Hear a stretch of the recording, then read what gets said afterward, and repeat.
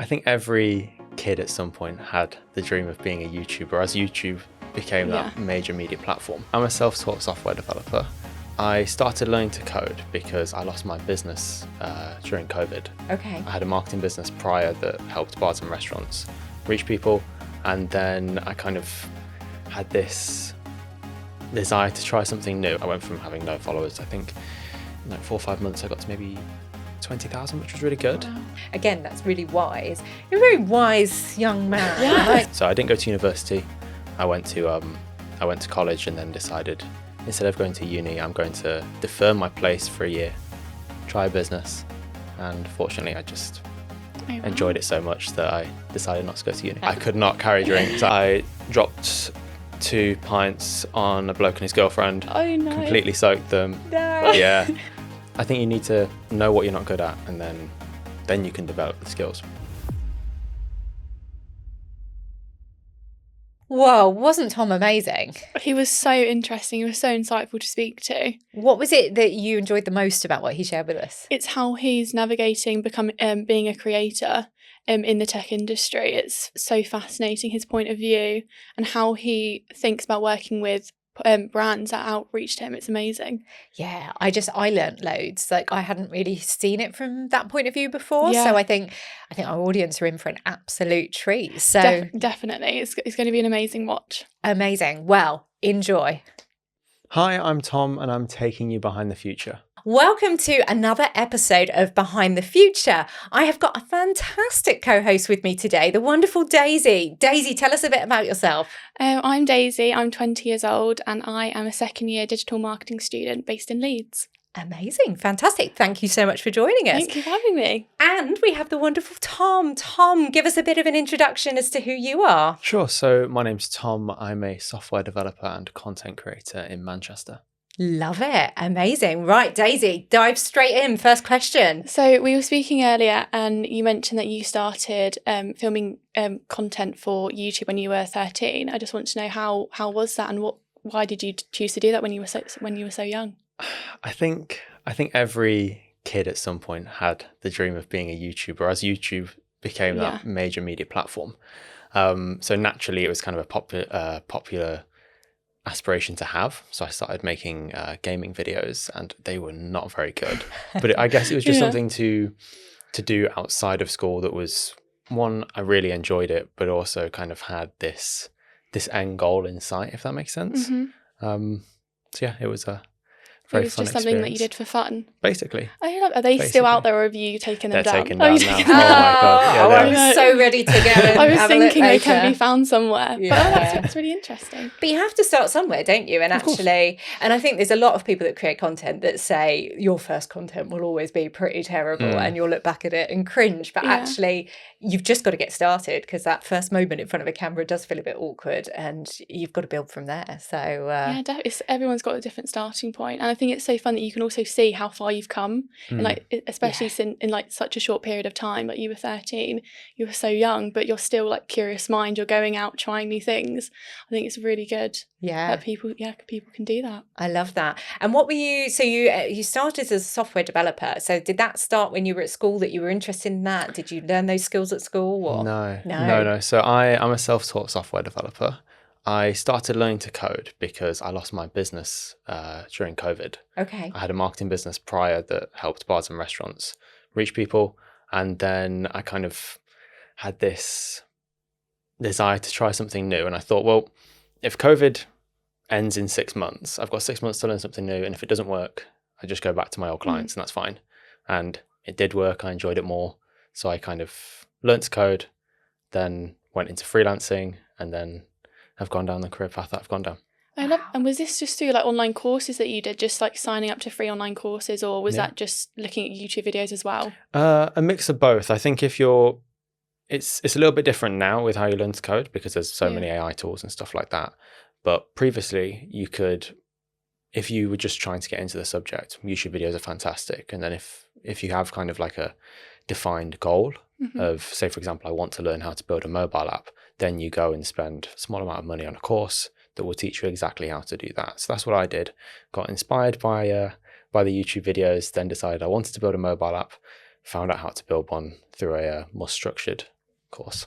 Love that. That's really cool. And were you so you're quite the entrepreneur though, so because you were already doing a marketing business, so was that straight from school that you went into? Straight from college. College being, for anyone that's outside the UK, basically when you finish high school at the end of as you have turned 18. So I didn't go to university.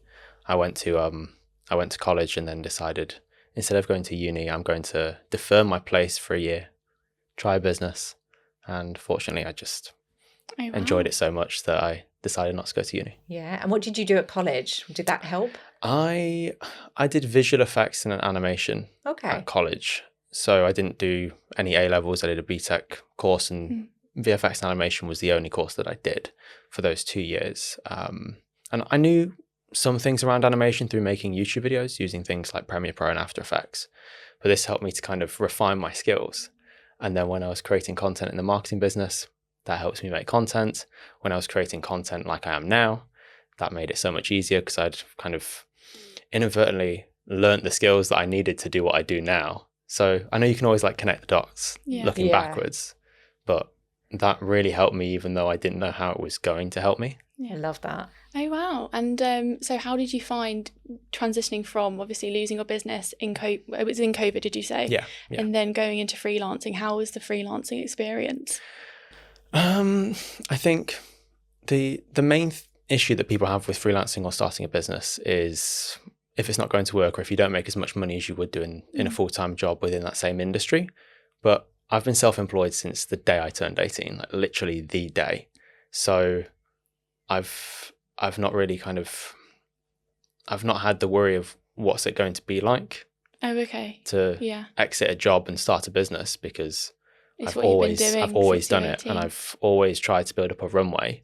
I say that's the most important thing when you freelance is if you have a small financial runway of I've got my bills paid for the next 6 months, then it allows you to make decisions and not be stressed about not having customers yet. Yeah, it's the same in a business. You've got to have that. You've got to have a bit of a cushion because things don't always go to plan. And when something happens, you need to not be suddenly have nothing, because then that's what forces people back into going, oh, I've got to go and get a job. And then it's really hard to come back to freelancing, isn't it? You've got to be able to stick with it if you can. So, yeah. Exactly. And the longer the runway you have, the better decisions you can make, because you're able to say, for example, not take on that project that maybe pays well, but you're not going to enjoy.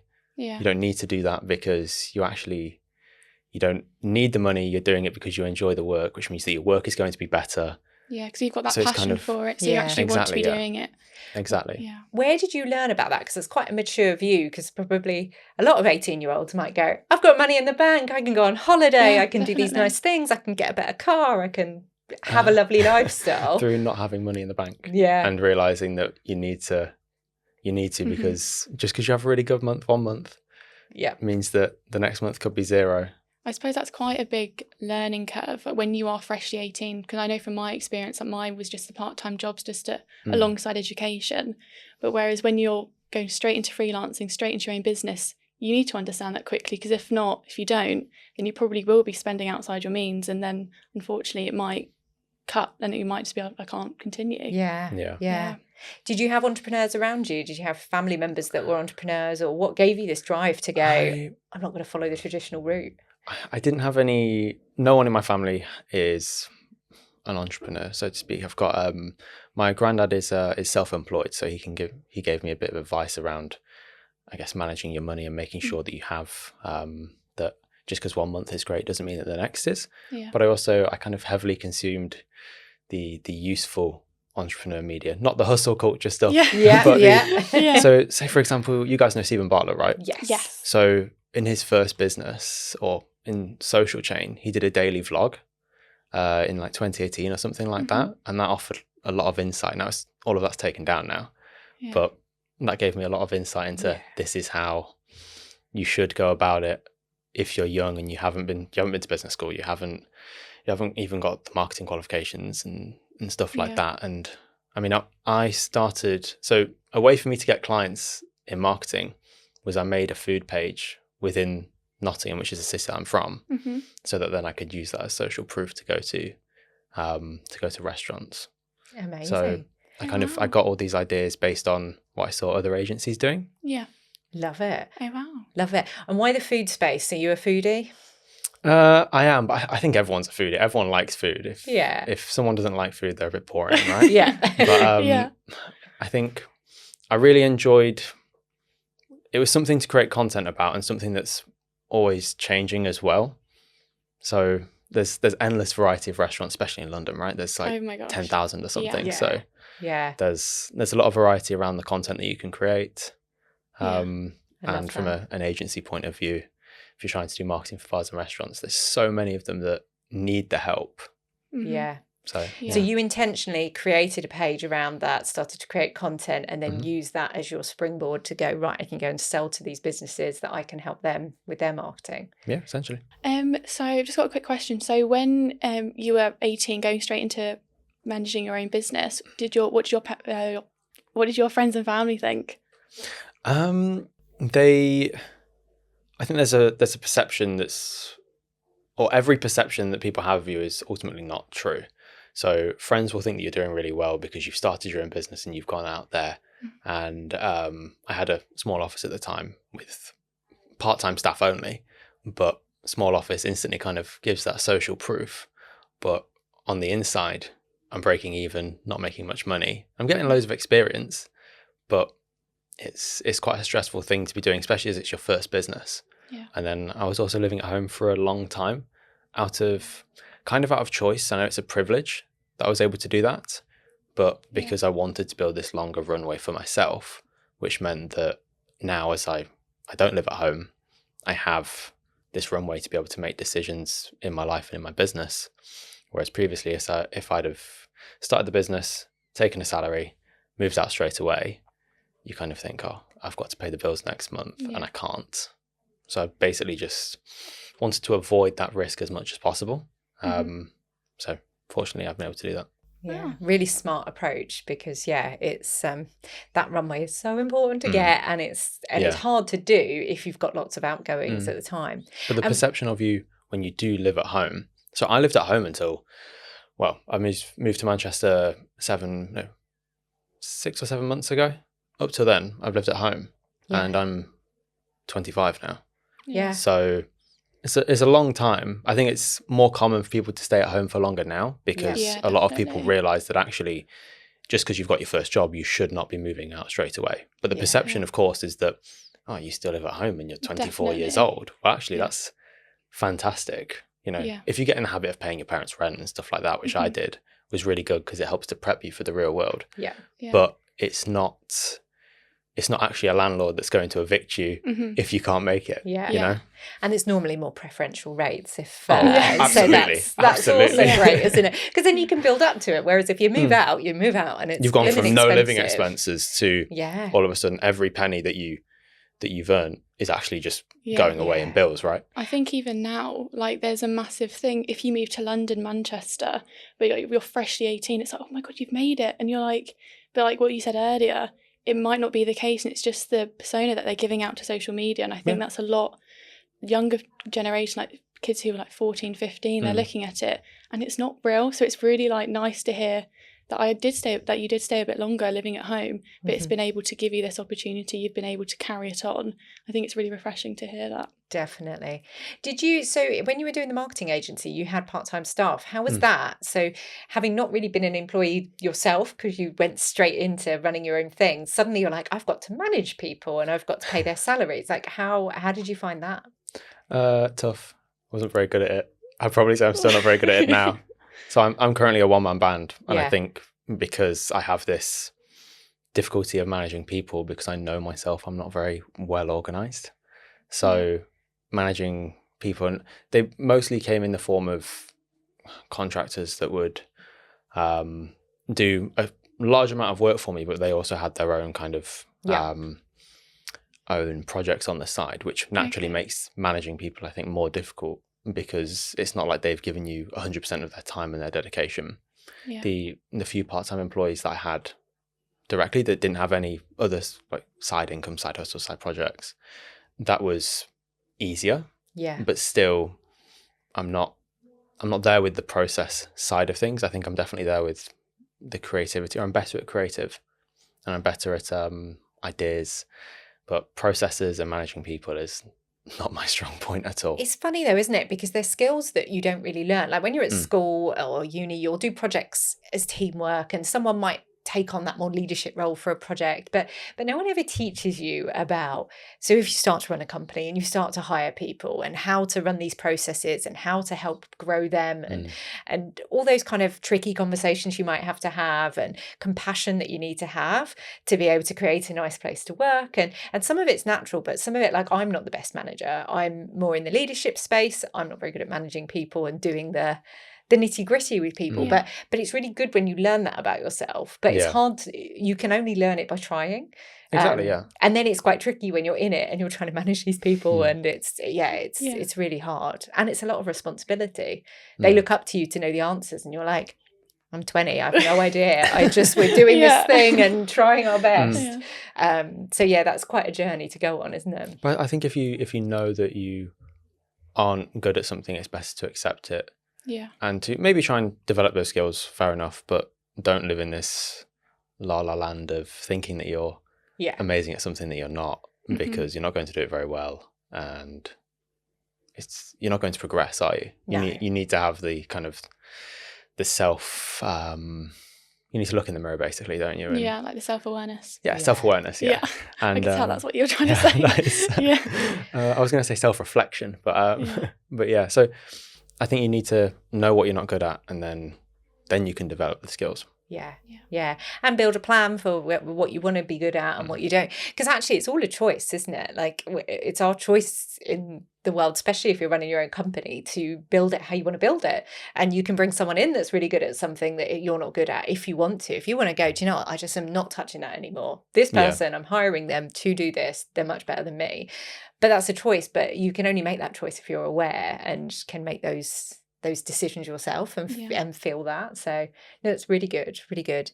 So the marketing agency, so that must have been really tough when COVID hit. I mean, I was running an agency at the same time, but if you were in the food space, like, pubs and restaurants were just closed. It wasn't as tough as it sounds, because I was still living at home, and I think I lost 70% of my work in a day. And I actually this sounds really weird, but I enjoyed it because I knew, one, that it would come back around if it did, and there's nothing you can do anyway. So in 6 months' time, or however long it took, eventually it was like 18 months or whatever, but I knew at some point it will come back around anyway. But also it gave me the opportunity to try something new, which previously, if you want to try something new and you've already got a business that's maybe doing okay, not amazing, but not awful to the point where you just want to bin it off, how are you going to try something new? Because you're going to have to tell your customers, oh, by the way, I know I'm doing projects for you, but I want to go try and learn to code. Because what are you talking about? So it was actually fantastic for me. So I mean, it probably wasn't great for you guys, but for me it was fantastic. And I suppose, like, we had a lot of staff at the time, so we had 40 odd staff looking back at me on a Zoom call going, what's happening? And I'm like, I know as little as you do. Like, we're all watching the Prime Minister every day on TV thinking, what is happening? So it was harder because we had the weight of all of those people. But I love that, because I always look back saying, I wish I'd known, because we went on to have a really good time as the first couple of months of COVID were over. People started investing a lot in digital marketing. So actually, we'd gone from, similar to you, I think it was over the space of a week, we lost about 70% of revenue. And you're like, whoa, what's happening? Awful. But in hindsight, I wish I'd known it was going to get so much better, because I actually could have then spent 2 or 3 months going, do you know what, this is just like a little break. I can read some books. We had that lovely weather at the time. It was amazing. But instead, like, every day I was waking up trying to work out, what can I do? How can I fix this? And like, in this kind of highly tense mode of, what do I do? But in hindsight, I wish I'd been able to just chill out. But it's tricky. It's I would have rather been in your position, where actually less responsibility, because then you've used it to your absolute benefit to try something different. I think COVID was as awful as COVID was, and I can't say that it was a good thing, because it absolutely was not. But for some individuals, they had the opportunity to put the brakes on, think about what they wanted to do, if they wanted to make a change, if they wanted to learn something new. And I think what that actually shows is that you can do that anyway. that event forced a lot of people to have the opportunity to be able to try something new, pick up new hobbies. But in actual fact, you can do that anyway. If you're on holiday from university, or maybe, for example, you've just finished university, you don't necessarily need to get a job straight away as long as you have the expenses covered. But if you're living at home, they're going to be minimal. Of course, your parents might get a little bit annoyed at you. Yeah. But yeah, especially if you're sleeping until midday every day, it's probably not going to go so my well. God. You need to show you're doing I know that something. I did that during COVID. Yeah. I think everyone's sleep schedule was ruined. Mine was like 2 p.m, wake up and then go to bed at like 6 a.m. Wow. Awful. Nocturnal. Wow. Yeah, it was not good. Yeah. But it was like a reset button. But you're right. You can hit reset whenever you want if you've got the means to do so. I guess you've got to just have that cushion, which is back to your runway, like building that up. Because even if you're not running a business, actually having savings in the bank is such a good thing, because you just never know what's going to happen. You can suddenly lose your job through redundancy because something's happened in your sector, and suddenly you're looking. And actually at the moment, it's been quite hard for people to find jobs. Yeah. It's really competitive out there. So knowing you've got a cushion in the bank to be able to weather the storm if a storm happens, but it also means you can sometimes go, I'm going to hit reset then. I think it's not actually as big of a risk as it seems, because especially when you're young, you taking a year out of maybe doing the industry that you want to do, to try a different hobby or something like that. Actually, in the grand scheme of things, a year is not that long. It feels like it's a huge amount of time because you've just spent, say, 3 years at uni, and then you're going to take a whole year out to try something new. Or a lot of people go traveling and things like that. So I think it's nice, but it's not actually as it's not actually as risky as a lot of people would think. Just a quick note from me. We'd love you to hit the subscribe button. This helps us more than you might realise when it comes to growing this podcast, ensuring we can bring you the best guests possible. Thank you. Back to the episode. I think as well from like a uni student perspective, so if some people, I know some of my friends, they're doing their degree and they want to get their degree at the end of it, but they're like, I don't really want to go into this industry, and whatever that may be. We get so long for our summers. I've been off since May and I go back the end of September.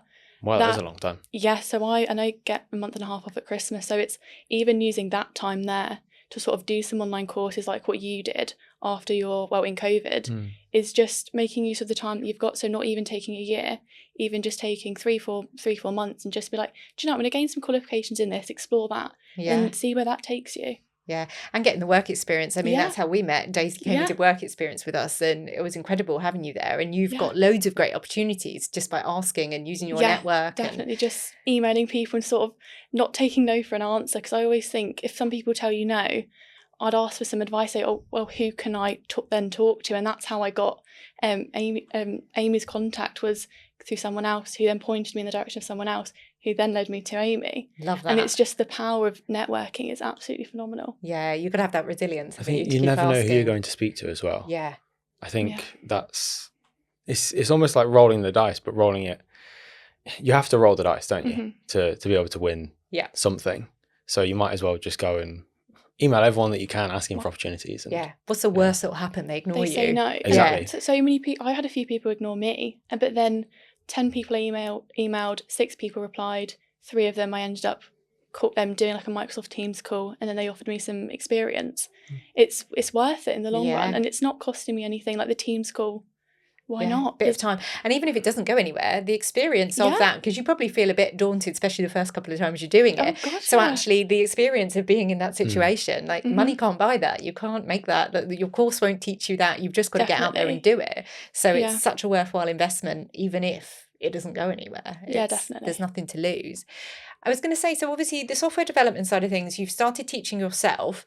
How do you then go and sell that to companies? And did you get questions around, well, how do you have a qualification in this? Or so there's a gap in my career that I haven't explained yet. So I started learning to code because I really wanted to build things, and I still do love building things, but I wanted to build a startup. So I built this startup, one-man band, mobile app to help bars and restaurants sell their existing stock.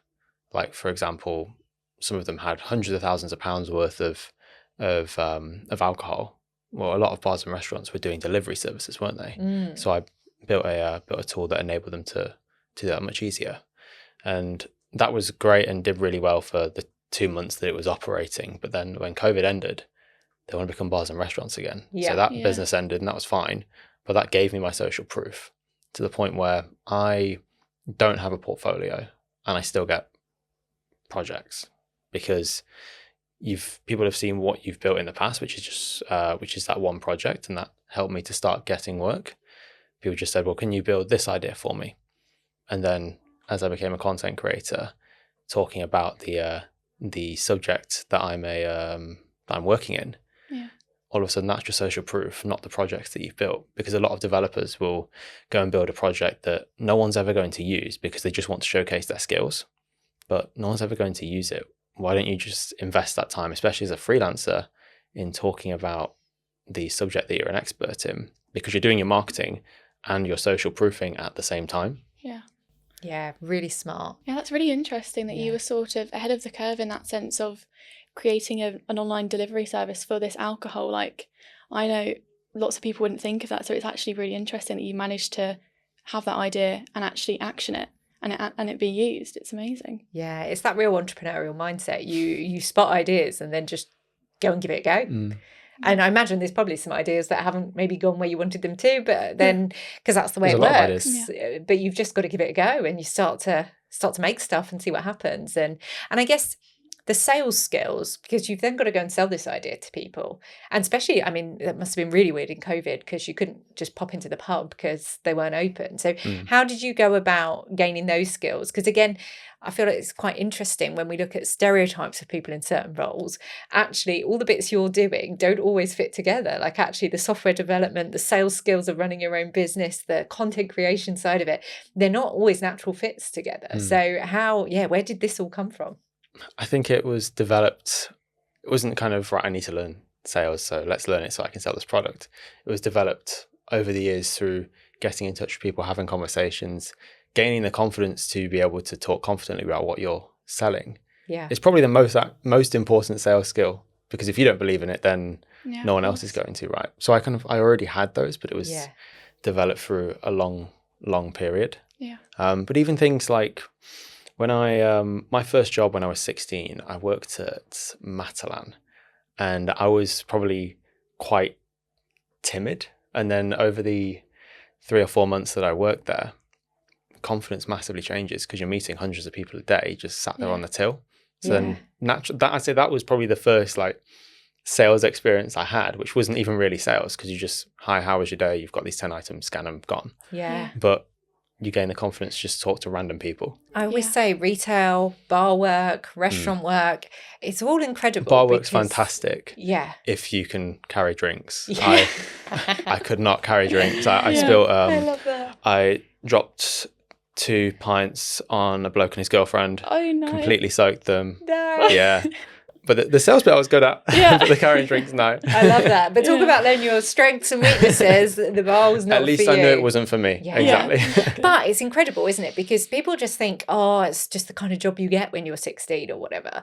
But actually, oh my word, it's such a grounding in those skills, because you've suddenly got someone in front of you that you've just got to talk to. Or sometimes they're not happy, they're returning an item, or they're not happy with the food they've had if it's in a restaurant or whatever.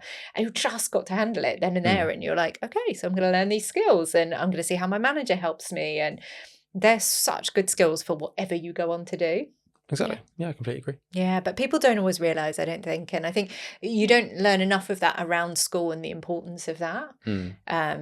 That's because I think education, one, can only take you so far. You need experience, work experience, internships, or just a normal 16-year-old's job. You need those to see what the real world is like. So it's kind of, they go hand in hand, I think. Yeah. So you start creating content about being a software developer. Yep. Tell us a bit about that. So the content I started creating was, I'd make these videos that was, say, for example, React.js in 30 seconds. React.js is a tool to build websites. Okay. So I'd summarize it in 30 seconds, and that would kind of help to display my knowledge of a subject to people. And they, over the course of a few months, I went from having no followers. I think in 4 or 5 months, I got to maybe 20,000, which was really good. Wow. Is that on TikTok or that YouTube? Was Instagram. Instagram. Yeah, that was Instagram. And I learned what works. I already had kind of a good idea, because when you see what other people do, so you know what makes a successful video if you really think about it. Yeah. But then also just through having, because I'd learned to code already, I knew what an audience would want anyway. So the audience that I was targeting was developers.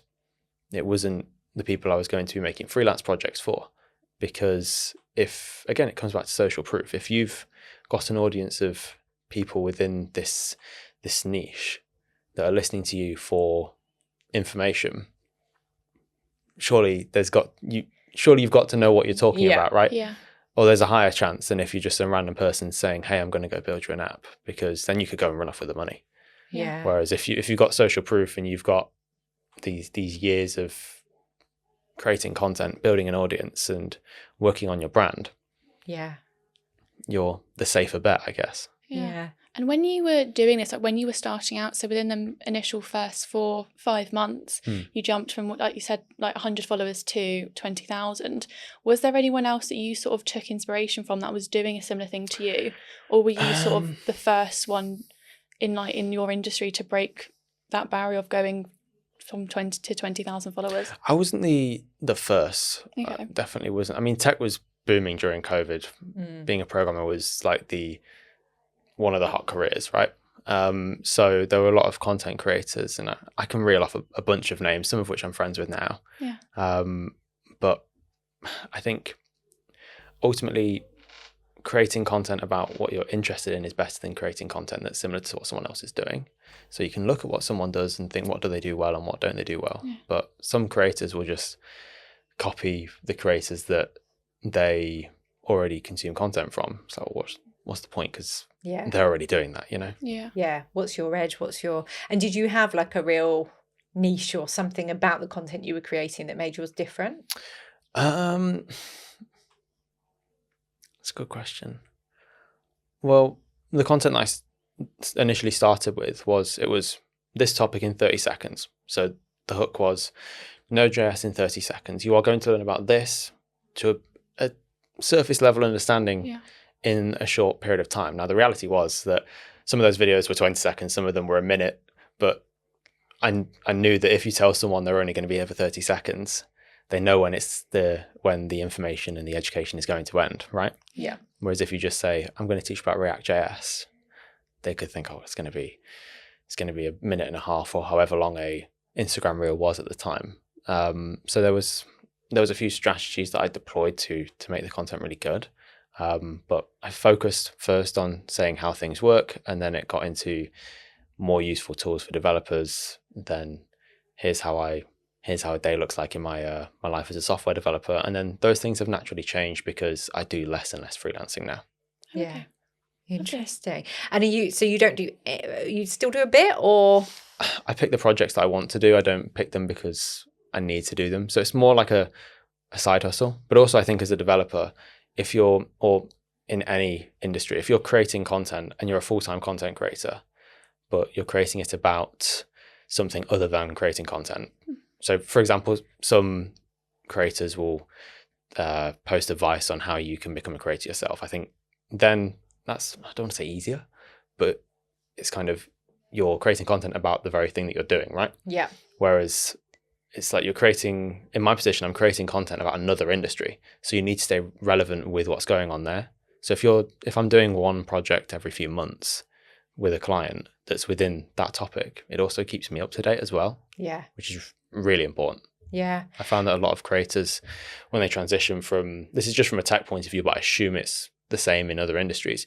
When you go from having a full-time job in an industry to creating content about it, you can start to lose touch with what's actually happening in that industry. And it's really hard to maintain your expertise. Yeah, that does make sense. I mean, it's the same in a company. As we've grown bigger and bigger, I do less of the day-to-day, whereas like when I first started, similar to you, I was doing everything. I'd sell the project, I'd deliver the project, everything.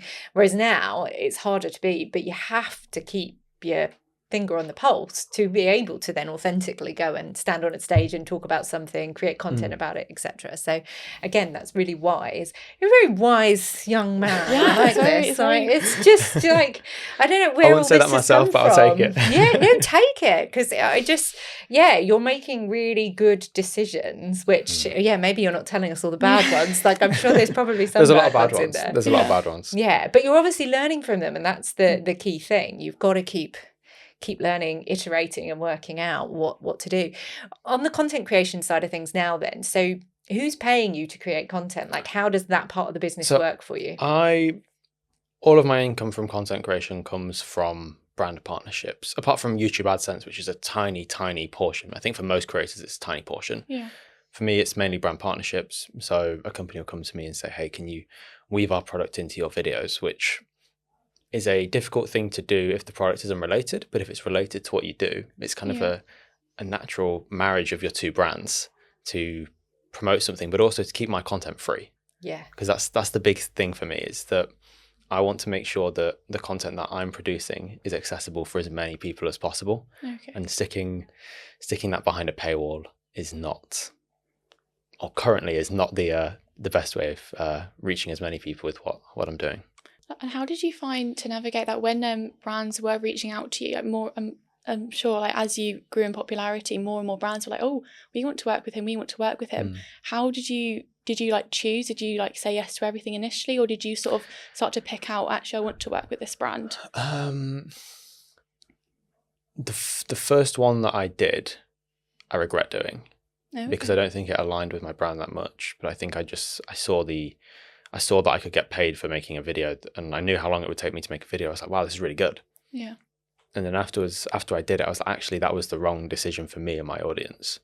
But every creator makes that mistake at some point, because you get blinded by the fact that you love making videos, and now someone is going to pay you to do it, and all you have to do is talk about their product for 30 seconds. Yeah. It sounds like a great deal, but in hindsight, you realize, well, actually, maybe that wasn't the best product for my audience. How did your audience react to that? Was there like a negative reaction? Because did they feel, or did they not?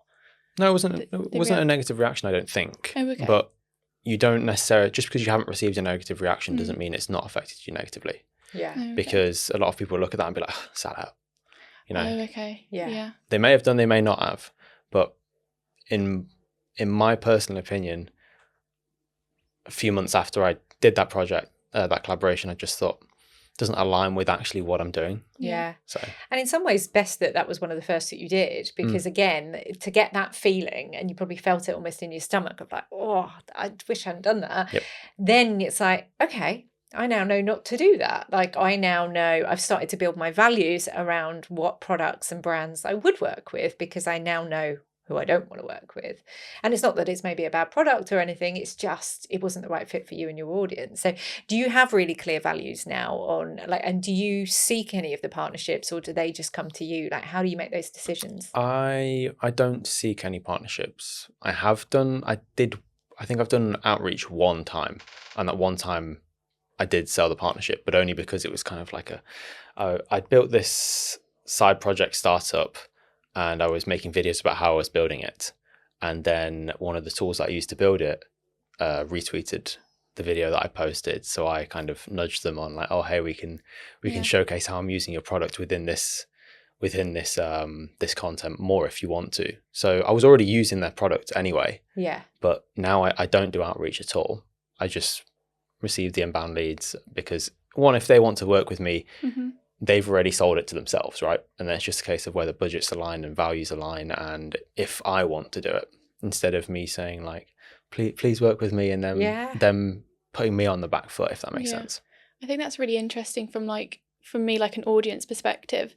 If I see a creator in any sort of field, if you see ad after ad or like the affiliation, you do think sell out, and you don't really want to watch that influencer or content creator anymore, because you just think, well, you're just trying to make money, you're not really aligning with me, and that's really important. I think the alternative side to that is that it helps to keep the content free, because ultimately, if you're a full-time creator, you need the income. Yeah. You maybe don't need to be doing an ad every single day, but you have bills to pay, and if that means that you can focus on content full-time, you potentially are going to help that audience way more. So I feel like there's a balancing act, and I think there's not a creator that I know that I think gets the balancing act right, including myself, because it entirely depends on schedules,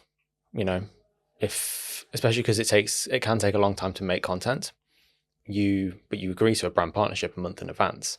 Right. So you need to have that discipline of making sure that your organic content and paid content align, and sometimes they do, sometimes they don't. So you do a brand partnership with someone, say you've agreed to make, I don't know, 2 or 3 short videos. How long does that then actually, because on the outside people go, oh, that was just 3-minute videos, like that was a couple of hours work done. How long does this actually take? I guess all the way from them kind of being interested, so you've got the contract side of working out what you're going to do, through to actually delivering it and putting it live on a social channel. What's that look like? There are some brands that are fantastic to work with, where you literally can have a few emails with them. You realize that if you know that the brand aligns, then they don't have to try and convince you, and you don't have to try and convince them or anything like that. And in under a few emails, you can go from having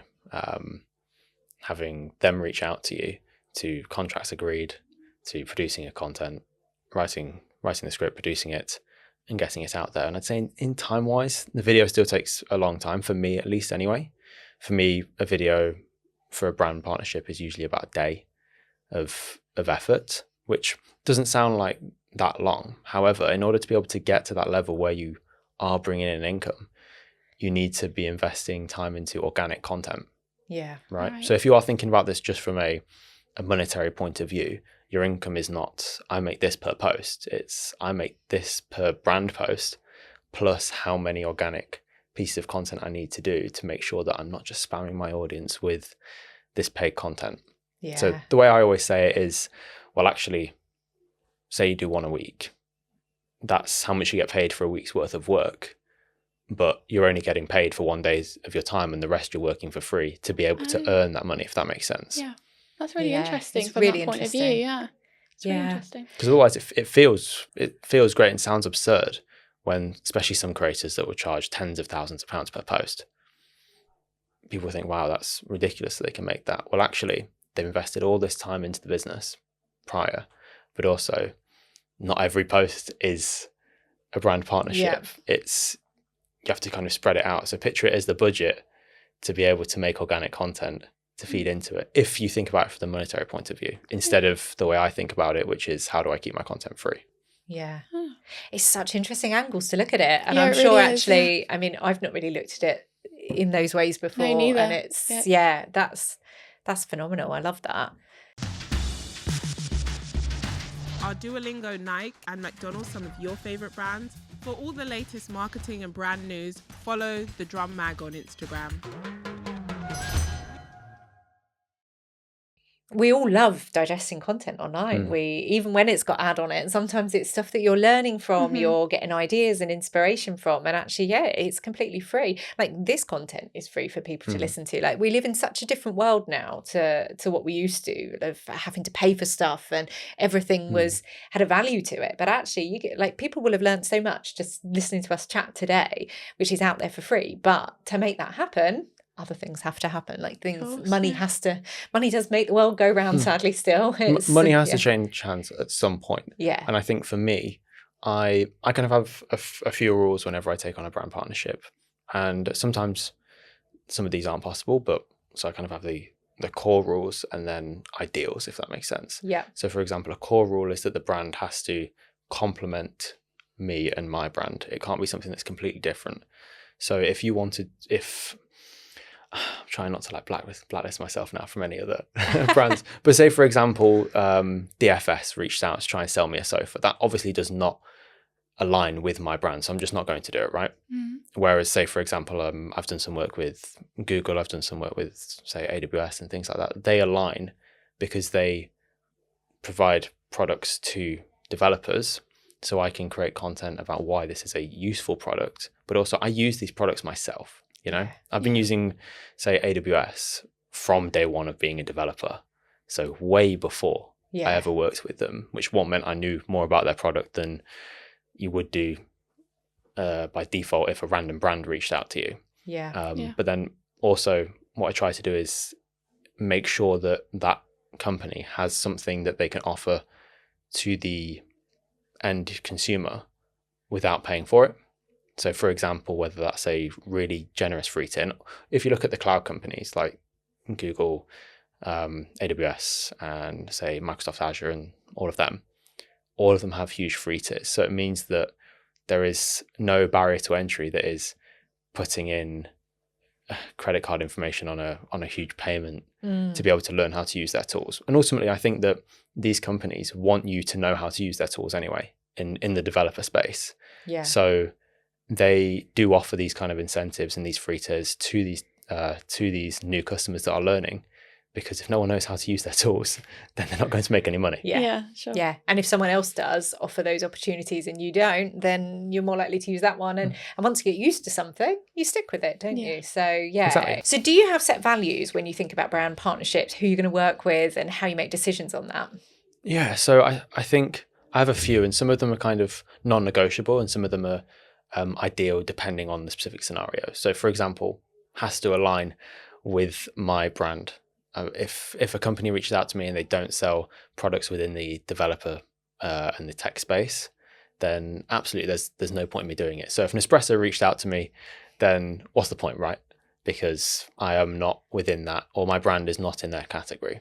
But then also making sure that that brand, or a really ideal one for me, is making sure that that brand has something for free that they can give to my audience to help them, one, get used to whatever product that we're endorsing or something like that, but also just try it, basically. See if it actually works for them without them putting in their credit card information or committing to a payment. Some of these cloud platforms will ask you to put in credit card information, because if you go and start a server that's really expensive and then just leave it running, you're of course going to incur charges, right? But a lot of them have free tiers where, say for example, cloud hosting, I didn't pay for cloud hosting for like the first year. Wow. Because their free tiers are massive, because they want you to learn how to use their products. All of these tech companies, not just cloud, any third-party API provider or anything like that, a lot of them try to put you in a position where you are only really going to pay for it if you are actually earning money from it anyway. Yeah, there's loads around the psychology of as well, like especially with software platforms, if they can give you more than a week's trial, because some of them only do a week, and I'm like, you need to give people longer, because if they can get used to using it and want to use it, then as soon as it's coming to the end of the trial, they're like, I'm gonna have to keep going because this is brilliant. But you need to give people enough time to actually give it a go. If it's too short, you're like, I don't really know, I'll leave that. But, Exactly. And I think if you're a small business as well, that piece of software may only be £20 a month, but £20 a month when you're first starting out is a lot of money. And you want to make sure you're using all of your money wisely. So the free tiers need to be big, and the ones that are fantastic, because then if the product isn't right for you, it's better for you to not use it anyway. Rather than, like, I know personally, just in other things, say for example, like Netflix, people will sometimes forget about their Netflix subscriptions, and then they'll check their bank statement like a year later and they're like, I spent all that money. There's tools that I've used in the past where I've signed up to the trial, forgot that the trial's going to end, and then I've paid for it, and I'm like, that's frustrating. Do you know, I always go and put in my calendar a reminder, and then I put a second reminder. I do that now. Because it's so easy to do though, isn't it? And when it's small amounts, you don't always spot them in the bank account until, as you say, you go and realise, and then you're like, I didn't mean to spend all that, and I haven't got any benefit from it. I did it with a gym membership for like 2 years, which probably says a lot about my discipline. But I was like scared to look at my bank after that. I was like, don't get any more money coming out. They do that on purpose though. They don't want you to quit the gym, do they? So I think they make it quite hard for you to quit as well. You have to go through, like on my phone, you have to go through multiple different like platforms just to cancel or to try and cancel. It's annoying when that happens, isn't it? They do that with this is completely off topic, isn't it? But they do that with that's why a lot of them don't do direct debits, because of direct debit you can go onto your bank and cancel it, whereas if they have your credit card information stored, they may not get the payment if there's insufficient funds, but you effectively can't cancel it without going onto their platform or completely cancelling your card. Yeah. So Yeah, I tried it's really to do sneaky. that, go on my direct debits, I'm like, why is it not there? And it's because they don't set it up as one. I think it's so cheeky. Yeah. It is, isn't it? But just sitting here as like a university student, what advice would you want to give out to like the 16 to like 25-year-olds? What is there anything you'd like to tell them? Specifically uni students, or really anyone? Just from like the people that are looking to go into a career in tech. Okay. Do it in your spare time. Do it in your spare time. I think if you're, and you will do this, and it'll be natural if you enjoy something. So I guess first of all, make sure you enjoy it, but then also do it in your spare time, because that enables you to get a competitive advantage over everyone else. One, a lot of other people will be doing it in their spare time, but the people that aren't, you'll get a competitive advantage over them. So university is great for providing learning resources and teaching you skills. It's about how you marry up those skills to what you do in your spare time and the things that you enjoy. Say, for example, let's look at business as a subject. A lot of people in business do it because they want to start a business. But what do they want to start a business about? Then you refine your skills in that area that you want to start a business about, because you've learned the business skills. But now you need to learn, say, for example, if you wanted to start a bakery, for example, well, you need to learn how to make bread as well. So, Love that. Yeah, That's that's really good advice. Yeah, that was a really nice analogy, I suppose you would call it, just about like the whole bakery and the business. It's really interesting. Yeah. And you do have free time, like especially when you're young, like there is time. Like as you get older, free time seems to disappear. But it's making the use of that and going, well, actually this could become my thing.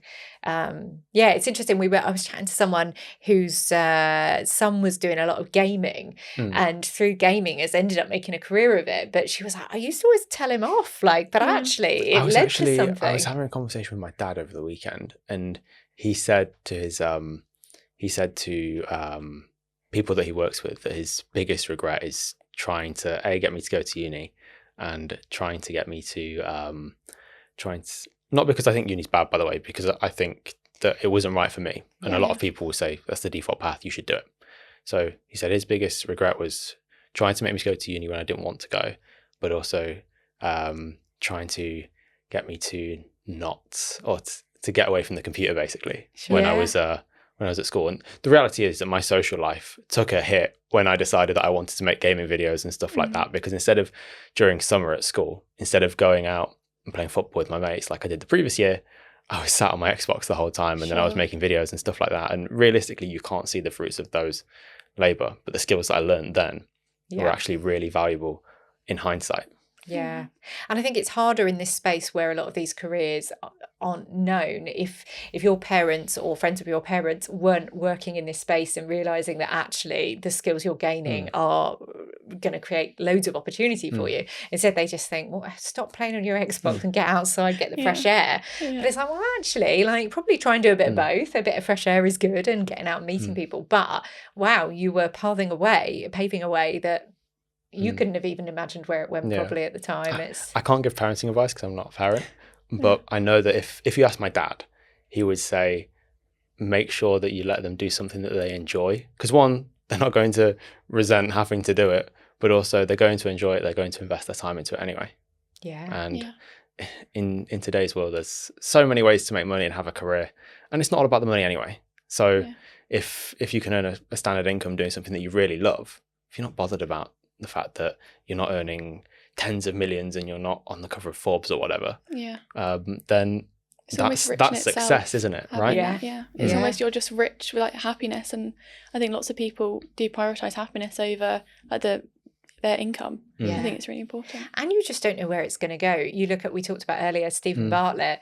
I mean, when he started making his blog, when he was running Social Chain, I bet he had absolutely no idea it would be where it is today. And he probably has been on the cover of Forbes and done all these incredible things, but he just was following his gut of what felt right. And there was obviously some real business nous around it, and probably some good mentors, etc. But you have to enjoy what you're doing. You spend most of your life at work. Like I say this all the time, but you have to enjoy it. So finding something you love and then working out how you can turn it into something that's going to give you the life you're looking for, that's the dream, isn't it? A lot of people complain they work too much, but if you enjoy what you're doing, it's not an issue. As much as socially partners and stuff like that may think that you spend too much time sat at your desk or something, but you love it. So the flip is run your business with your husband, and then they can't moan at you and you can't moan at them. So that's it doesn't work for everyone, but that's worked for us. But it does mean it's hard to switch off and not talk about work. So you do have to force each other sometimes and go, no, this is not a work evening. I think my issue is when people ask me also, what do you do outside of work? And nothing. I don't know. It's all work. Apart from maybe watching Formula 1 or something like that. Don't really do anything else outside of work because that's what I enjoy. I think I'd be doing this anyway if I wasn't being paid for it. Yeah. I think that's you just probably have to squeeze something else in that you were getting paid to do to have some money, but actually you've made it. I'd be doing this in my evenings if I was working in any other business doing, I guess my skills would apply to, say, for example, a marketing business or something like that, or a software development business. At the end of the day, I'd go home and I'd still be making videos about tech. Yeah. One last question. Sure. With your content, if someone could join us today that watches your content all the time, what would be the best thing you could hear them say about what you create? That it inspired them to take the first step to get into tech. Love that. I don't create content that is trying to teach someone how to become an expert. I'm not here to produce a course that is going to make you that is going to be the equivalent of a degree in computer science. Because one, I know that I do not have enough expertise to be able to produce that content. And there are already so many resources out there that I can just point people to. So that's what I do. I get people inspired about tech. I showcase what's possible if you want to build an app, if you want to, build basic automations for your life, or anything that makes you think, wow, I'd love to just build something, and then point them in the right direction. Amazing. So I imagine a lot of our audience might be thinking, that sounds like content I want to be watching. So where do they find you? So you can find me on Instagram at tom.developer, same on TikTok, and then on YouTube, youtube.com/@tom.developer. Amazing. Thank you so much. Hasn't that been brilliant? It's been absolutely amazing. Thank you. I feel like we've learnt so much. Like I know the insides outs of how to create content now and actually how to make that a business, which I didn't really know before. No, I didn't. I feel like it's been like a massive learning experience. I've been sat here like almost like a student just learning and like listening to what you're saying. It's been lovely. Amazing. Oh, thank you so much. And thank you for what you do, because I'm sure you are inspiring so many people, whatever age they are, to think about building something and turning it into a business. So that's the goal. That's the goal. Good. Love it. Thank you so much. We look forward to seeing you again on a future episode of Behind the Future. That concludes another brilliant episode of Behind the Future. Thank you so much for listening. You can listen back to other episodes on YouTube or your podcast platform of choice. Make sure you hit the subscribe button, as that will help us to grow this podcast, ensuring we can get the best guests on here for you to learn from. You can also follow us on socials, linked in the show notes for exclusive content. See you on the next episode.